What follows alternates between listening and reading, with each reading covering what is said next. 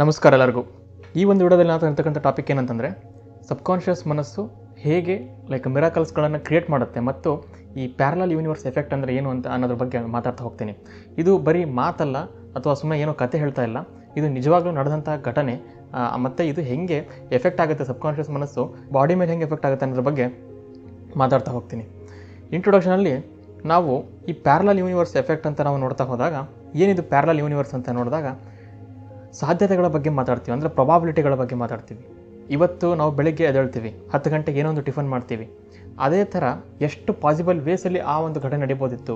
ಇವತ್ತು ಬೆಳಗ್ಗೆ 8 ಗಂಟೆಗೆ ಎದ್ದಿದ್ದಕ್ಕೆ 8:15 ಟಿಫನ್ ಮಾಡೋಕ್ಕಾಯಿತು. ಇನ್ ಕೇಸ್ ನೀವು 9 ಗಂಟೆಗೆ ಎದ್ದರೆ 9:15 ಟಿಫನ್ ಮಾಡಬೇಕಾಗಿತ್ತು. ಆವಾಗ ಏನೋ ಒಂದು ಖಾಲಿ ಆಗಿದ್ದರೆ ಮತ್ತೇನೋ ಬೇರೆ ಆಗೋದು. ಸೊ ಹೀಗೆ ಒಂದೊಂದು ಸೆಕೆಂಡ್ ಚೇಂಜ್ ಆದರೂ ಕೂಡ ಒಂದು ಡಿಫ್ರೆಂಟ್ ಪ್ರಪಂಚವೇ ಆಗುತ್ತೆ. ಅಂದರೆ ಫಾರ್ ಎಕ್ಸಾಂಪಲ್, ಇವತ್ತು ನಾನು ಈ ಒಂದು ಜಾಬ್ ಮಾಡಿದೆ, ಅದಕ್ಕೋಸ್ಕರ ನನಗೆ ಲೈಫ್ ಹಿಂಗಾಯಿತು. ನಾನು ಇನ್ ಕೇಸ್ ಇದನ್ನು ಆಗಿಲ್ಲ ಅಂತಂದರೆ ಹಿಂಗೆ ಆಗ್ಬೋದಿತ್ತು, ಅಂದರೆ ನನ್ನ ಲೈಫ್ ಬೇರೆ ಡೈರೆಕ್ಷನ್ನೇ ಹೋಗ್ಬೋದಿತ್ತು.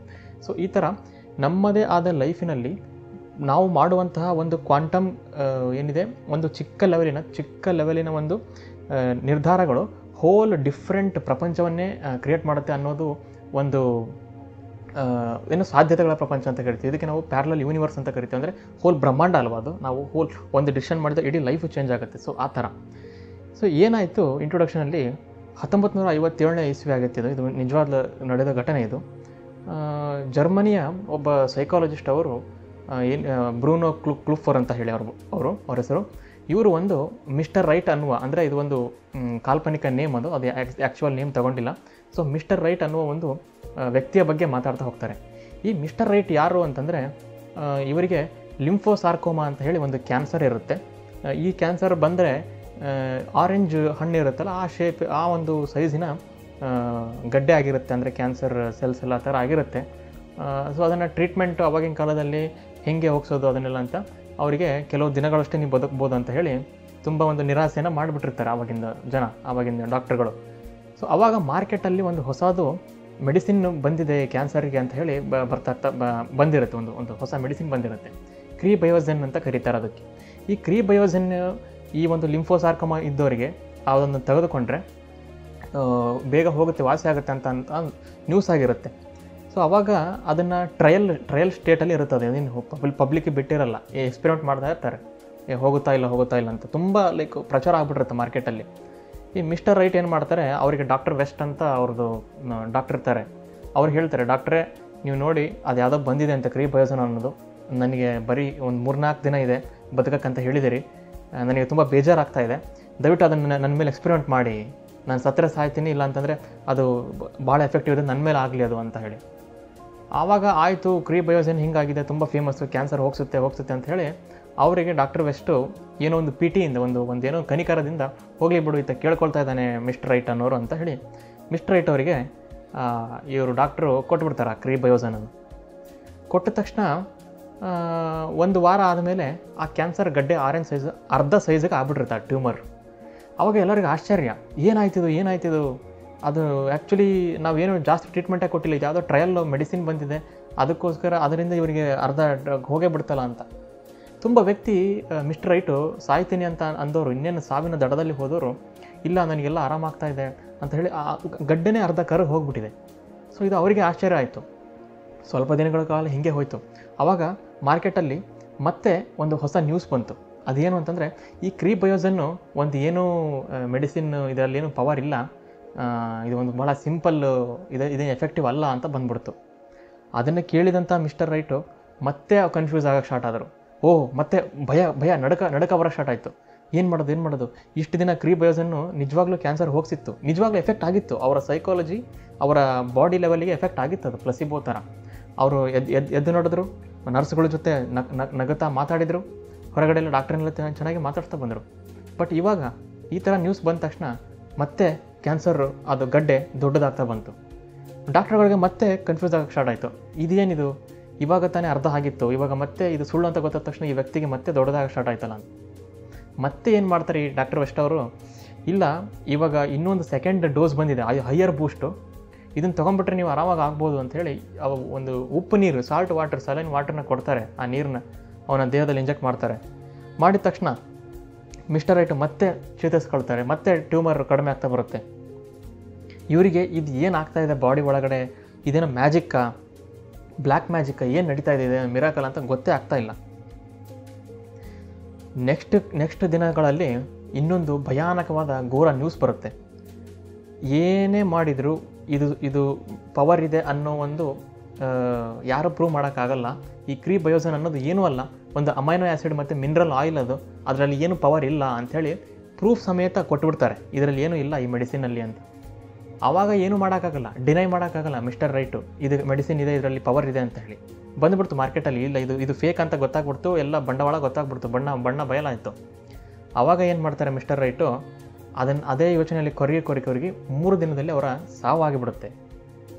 ಸೊ ಈ ಕಥೆನ, ಈ ಒಂದು ಘಟನೆನ ಯಾಕೆ ಹೇಳಿದೆ ಅಂತಂದರೆ, ಇದಕ್ಕೆ ಕಾರಣ ಏನು ಅಂತ ನೋಡಿದಾಗ ನಿಜವಾಗ್ಲೂ ಅದರಲ್ಲಿ ಪವರ್ ಇತ್ತಾ? ಕ್ರೀ ಬಯೋಸನ್ ಅನ್ನೋದರಲ್ಲಿ ಪವರ್ ಇರಲಿಲ್ಲ.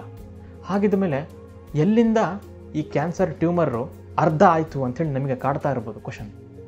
ಯಾಕಂತಂದರೆ ಕ್ಯಾನ್ಸರ್ನ ಟ್ರೀಟ್ಮೆಂಟ್ ಮಾಡೋದು ಕೀಮೋಥೆರಪಿ ಮಾಡ್ತಾರೆ, ಎಕ್ಸ್ರೇಗಳನ್ನು ಬಿಟ್ಟು ಅದನ್ನು ಸೆಲ್ಗಳನ್ನು ಸಾಯಿಸ್ಬಿಟ್ಟು ಆ ಥರ ಏನೇನೋ ಟೆಕ್ನಿಕ್ ಇದೆ. ಬಟ್ ಇವರು ಏನನ್ನೂ ಮಾಡ್ದಂಗೆ ಜಸ್ಟ್ ಒಂದು ಯಾವುದೋ ಪವರ್ ಇಲ್ಲದೆ ಇರೋ ಮಿನರಲ್ ಆಯಿಲ್ ಕೊಟ್ಟುಬಿಟ್ರೆ ಹಿಂಗಾಯ್ತಲ್ಲ ಅಂತಂದಾಗ ಒಂದು ವಿಚಿತ್ರಕರವಾದ ಬದಲಾವಣೆ ಒಂದು ಆಗುತ್ತೆ. ಇದಕ್ಕೆ ನಾವು ಮೈಂಡ್ ಓವರ್ ಮ್ಯಾಟರ್ ಅಂತ ಕರಿತೀವಿ, ಅಥವಾ ಮೈಂಡ್ ಬಿಕಾಸ್ ಆಫ್ ಮ್ಯಾಟರ್ ಅಂತ ಕರಿತೀವಿ. ಅಂತಂದರೆ ಮೈಂಡಿಗೂ ಮನಸ್ಸಿಗೂ ಮತ್ತು ಮ್ಯಾಟರ್ ಅಂದರೆ ದೇಹ ಕಾಯಕ್ಕೂ ಬಹಳ ಇಂಟ್ರಿಕೇಟ್ ಆಗಿರ್ತಕ್ಕಂಥ, ಬಹಳ ಕ್ಲೋಸ್ ಆಗಿರ್ತಕ್ಕಂಥ ಒಂದು ರಿಲೇಷನ್ಶಿಪ್ ಇದೆ. ಅದೇನು ಅಂತಂದರೆ, ಫಾರ್ ಎಕ್ಸಾಂಪಲ್ ಫೀಲ್ ಗುಡ್ ಅಂದರೆ ಚೆನ್ನಾಗಿ ಫೀಲ್ ಆಗ್ತಾಯಿದೆ, ಗುಡ್ ಫೀಲ್ ಆಗ್ತಾಯಿದೆ, ತುಂಬ ಹ್ಯಾಪಿ ಫೀಲ್ ಆಗ್ತಾಯಿದೆ ಅಂತಂದಾಗ ಸ್ಟ್ರೆಸ್ ರಿಲೀಫ್ ಅಂತ ಕರಿತೀವಲ್ಲ, ಆವಾಗ ನಮ್ಮ ದೇಹದಲ್ಲಿ ಒಂದು ಕೆಮಿಕಲ್ ರಿಲೀಸ್ ಆಗುತ್ತೆ. ಅದಕ್ಕೆ ನಾವು ಎಂಡೋರ್ಫಿನ್ಸ್ಗಳು ಅಂತ ಕರಿತೀವಿ. ಈ ಎಂಡೋರ್ಫಿನ್ಸ್ಗಳು ಬಹಳ ಉತ್ಸುಕತೆಯಿಂದ ಅಥವಾ ಸಂತೋಷದಿಂದ ಫೀಲ್ ಮಾಡೋ ಥರ ಮಾಡುತ್ತೆ, ಅಥವಾ ಪೇನನ್ನು ರಿಲೀಫ್ ಮಾಡೋ ಥರ ಮಾಡುತ್ತೆ. ಇವಾಗ ಸ್ಟಡಿಗಳು ಏನು ಹೇಳ್ತವೆ ಅಂತಂದರೆ, ಈ ಪ್ಲಸಿಬೋ ಥರ ಎಫೆಕ್ಟ್ಗಳನ್ನು, ಇದರಲ್ಲಿ ಏನೋ ಪವರ್ ಇದೆ ತೊಗೊಂಬಿಡು, ಸಕ್ಕರೆಗಳಿಗೆ ಪವರ್ ಇದೆ ತೊಗೊಂಬಿಡು ಅಂತ ಕೊಟ್ಟಾಗ ಇದು ದೇಹದಲ್ಲಿ ಎಂಡೋರ್ಫಿನ್ಸ್ಗಳನ್ನು ರಿಲೀಸ್ ಮಾಡುತ್ತೆ ಅನ್ನೋ ಒಂದು ವಿಚಾರ ಒಂದು ಪಬ್ಲಿಕೇಶನ್ ಆಗಿದೆ. ಲೈಕ್ ಎಷ್ಟೊಂದು ಸೈಂಟಿಫಿಕ್ ವರ್ಕ್ಗಳಲ್ಲಿ ನಾವು ಗಮನಿಸ್ಬೋದು. ಸೊ ಡಾಕ್ಟರ್ ರೈಟಿಗೆ ಏನಾಗಿತ್ತು, ಸಬ್ಕಾನ್ಷಿಯಸ್ ಮನಸ್ಸಲ್ಲಿ ಯಾವಾಗ ಕ್ರೀ ಬಯೋಸನ್ ಅನ್ನೋ ಒಂದು ಕೆಮಿಕಲ್ ಮಾರ್ಕೆಟಿಗೆ ಬಂದಿದೆ, ಆ ಒಂದು ಮೆಡಿಸಿನ್ ಮಾರ್ಕೆಟಿಗೆ ಬಂದಿದೆ ಅಂತಂದಾಗ ಅವರ ಹೋಲ್ ಲೈಫ್, ನಾ ಏನು ಹೇಳಿದೆ, ಬೆಳಿಗ್ಗೆ 8 ಗಂಟೆಗೆ ಎದ್ದಾಗ ಏನೋ ಒಂದು ಟಿಫನ್ ಮಾಡಿದೆ, 8:15 ಎದ್ದಾಗ ಏನೋ ಒಂದು ಖಾಲಿಯಾಗಿರುತ್ತೆ, ಏನೋ ಬೇರೆ ಲೈಫೇ ಬೇರೆ ಆಗ್ಬಿಡುತ್ತೆ. ಅದರಿಂದ ಏನೋ ತಿಂತೀಯ, ಅದಕ್ಕೆ ಏನೋ ರೋಗ ಬರುತ್ತೆ, ಆಸ್ಪತ್ರೆಗೆ ಅಡ್ಮಿಟ್ ಆಗ್ತೀಯಾ, ಆಸ್ಪತ್ರೆ ಅಡ್ಮಿಟ್ ಆಗಿದ್ದಕ್ಕೆ ನಿನಗೆ ಇಲ್ಲೇನೋ ತಪ್ಪು. ಸೊ ಹೀಗೆ ಇದು ಬಟರ್ಫ್ಲೈ ಎಫೆಕ್ಟು. ಒಂದು ಸ್ಮಾಲ್ ರಿಯಾಕ್ಷನ್ನು ಬಿಗ್ ಚೇಂಜನ್ನು, ಕಾಸ್ ಆ್ಯಂಡ್ ಎಫೆಕ್ಟ್ ನಮ್ಮ ಲೈಫಲ್ಲಿ ಬರೋ ಥರ ಮಾಡುತ್ತೆ. ಸೊ ಆ ಕ್ರೀ ಬಯೋಸನ್ ತಗೊಂಡ ತಕ್ಷಣ ಅವರ ಮನಸ್ಸು, ಯಾಕಂದರೆ ಈ ರೋಗಿಗಳಿಗೆ ಬಹಳ ಸ್ಟ್ರಾಂಗ್ ಆಗಿರ್ತಕ್ಕಂಥ ಫಿಯರ್ ಇರುತ್ತೆ, ಬಹಳ ಸ್ಟ್ರಾಂಗ್ ಆಗಿರ್ತಕ್ಕಂಥ ಭಯ ಇರುತ್ತೆ. ಯಾವಾಗ ನಮಗೆ ಸಾವು ಬಂದುಬಿಡುತ್ತೆ, ಇದರಿಂದ ಏನಾಗುತ್ತೋ, ಮುಂದೆ ಏನಾಗ್ತೀವೋ. ನಾರ್ಮಲ್ ಇದ್ದಾಗ ನಮಗೆ ಏನು ಅನಿಸಲ್ಲ, ಒಂದು ಸಲ ರೋಗ ಬಂದು ಬಹಳ ರೋಗಗ್ರಸ್ತನಾಗಿ ನಾನು ಆಸ್ಪತ್ರೆ ಸೇರಿಬಿಟ್ಟಿದ್ದೀನಿ ಅಂತ ಅಂದಾಗ ಅವರ ಮನಸ್ಸು ಬಹಳ ವೀಕ್ ಆಗಿ ಏನೇನೋ ಇಮ್ಯಾಜಿನ್ ಮಾಡ್ತಾ ಹೋಗುತ್ತೆ. ಅದೇ ಥರ ಅಂಥ ಹೋಪ್ಲೆಸ್ ಇರ್ತಕ್ಕಂಥ ರೋಗಿಗೆ ಒಂದು ಆಶಾಕಿರಣ ಥರ, ಒಂದು ಅತ್ಯದ್ಭುತ ಬೆಳಕಿನ ಥರ ಒಂದು ಮೆಡಿಸಿನ್ ಬಂದುಬಿಟ್ರೆ, ಇದರಿಂದ ನಾನು ಹಿಂಗಾಗ್ಬಿಡ್ಬೋದು, ನಾನು ಎಲ್ಲರ ಥರ ಆರಾಮಾಗ್ಬಿಡ್ಬೋದು ಅಂತ ಈ ಒಂದು ಅತ್ಯಂತ ಇಂಟೆನ್ಸ್ ಡಿಸೈರ್ ಅವ್ರ ಮನಸ್ಸಲ್ಲಿ ಏನಿತ್ತು, ನಾನು ಈ ಲಿಂಫೋಸಾರ್ಕೋಮಾ ಅನ್ನೋ ಒಂದು ಕ್ಯಾನ್ಸರಿಂದ ಹೊರಗೆ ಬರಬೇಕು ಅನ್ನೋ ಒಂದು ಏನಿದೆ ತವಕ, ಇದು ಅವರ ಸಬ್ಕಾನ್ಷಿಯಸನ್ನು ಮುಟ್ಟಿರ್ಬೋದು. ಈ ಸಬ್ಕಾನ್ಷಿಯಸ್ ಆ್ಯಕ್ಟಿವಿಟಿ ಎಷ್ಟು ಜೋರಾಗಿತ್ತು ಅಂತಂದರೆ, ಅವರು ಹೊಸ ಪ್ಯಾರಲಲ್ ಯೂನಿವರ್ಸಲ್ಲೇ ಬದುಕಕ್ಕೆ ಸ್ಟಾರ್ಟ್ ಮಾಡಿದರು. ಆ ಯೂನಿವರ್ಸಲ್ಲಿ ಕ್ರೀ ಬಯೋಸನ್ ಅನ್ನೋ ಒಂದು ಮೆಡಿಸಿನ್ನು ಬರೀ ಒಂದು ಮಿನರಲ್ ಆಯಿಲ್ ಅಲ್ಲ, ಅಮೈನೋ ಆ್ಯಸಿಡ್ಸ್ ಇರ್ತಕ್ಕಂಥ ಮಿನರಲ್ ಆಯಿಲ್ ಅಲ್ಲ, ಉಪ್ಪು ನೀರಲ್ಲ, ಅದು ಒಂದು ನಿಜವಾಗ್ಲೂ ಅವರ ಲಿಂಫೋಸಾರ್ಕೋಮನ್ನು ಚೇಂಜ್ ಮಾಡ್ತಕ್ಕಂಥ ಒಂದು ಈ ಬ್ರಹ್ಮಾಸ್ತ್ರ ಅಂತ ನಾವು ಕರಿಬೋದು. ಸೊ ಏನಾಗುತ್ತೆ ಅಂತ ಅಂದಾಗ, ಬ್ರೈನ್ ಒಳಗಡೆ ನ್ಯೂರಾನ್ಸ್ ಇರ್ತವೆ. ನ್ಯೂರಾನ್ಸ್ ನಡುವೆ ಸಿನಾಪ್ಸಿಸ್ ಅಂತ ಕರೀತಾರೆ. ಒಂದೊಂದು ಹವ್ಯಾಸಗಳನ್ನು ಮಾಡುವಾಗ ಬ್ರೈನ್ ಒಳಗಡೆ ಆ್ಯಕ್ಟಿವಿಟಿ ಆಗುತ್ತೆ ಅಂತ ಕರೀತಾರೆ. ಇದಕ್ಕೆಲ್ಲ ನಾವು ಟೆಸ್ಟ್ ಮಾಡಿ ನೋಡಿದ್ದಾರೆ. ಆ ಒಂದು ಪ್ಲಸಿಬೋ ಎಫೆಕ್ಟ್ ಆಗುವಾಗ ರೋಗಿಗಳ ಬ್ರೈನಲ್ಲಿ ಈ ಸಿನಾಪ್ಸಿಸ್ ಹೊಸ ಪಾತ್ವೆಗಳು ಕನೆಕ್ಟ್ ಆಗುತ್ತೆ ಅಂತ. ಇದು ತಮಾಷೆಯಾಗಿ ಹೇಗೆ ಹೇಳ್ಬೋದು ಅಂತಂದರೆ, ಕನ್ನಡದಲ್ಲಿ ಸಾಧಕ್ ಕೋಕಿಲ ಅವ್ರದ್ದು ಯಾರ್ದೋ ಒಂದು ಮೂವಿ ಇದೆ, ಜಗ್ಗೇಶ್ ಅವ್ರದ್ದು. ಒಂದು ಎಲೆಕ್ಟ್ರಿಸಿಟಿ ಇಟ್ಕೊಂಡಿರ್ತಾರೆ, ಬರ್ತಾ ಇದೆ ಅಂತ.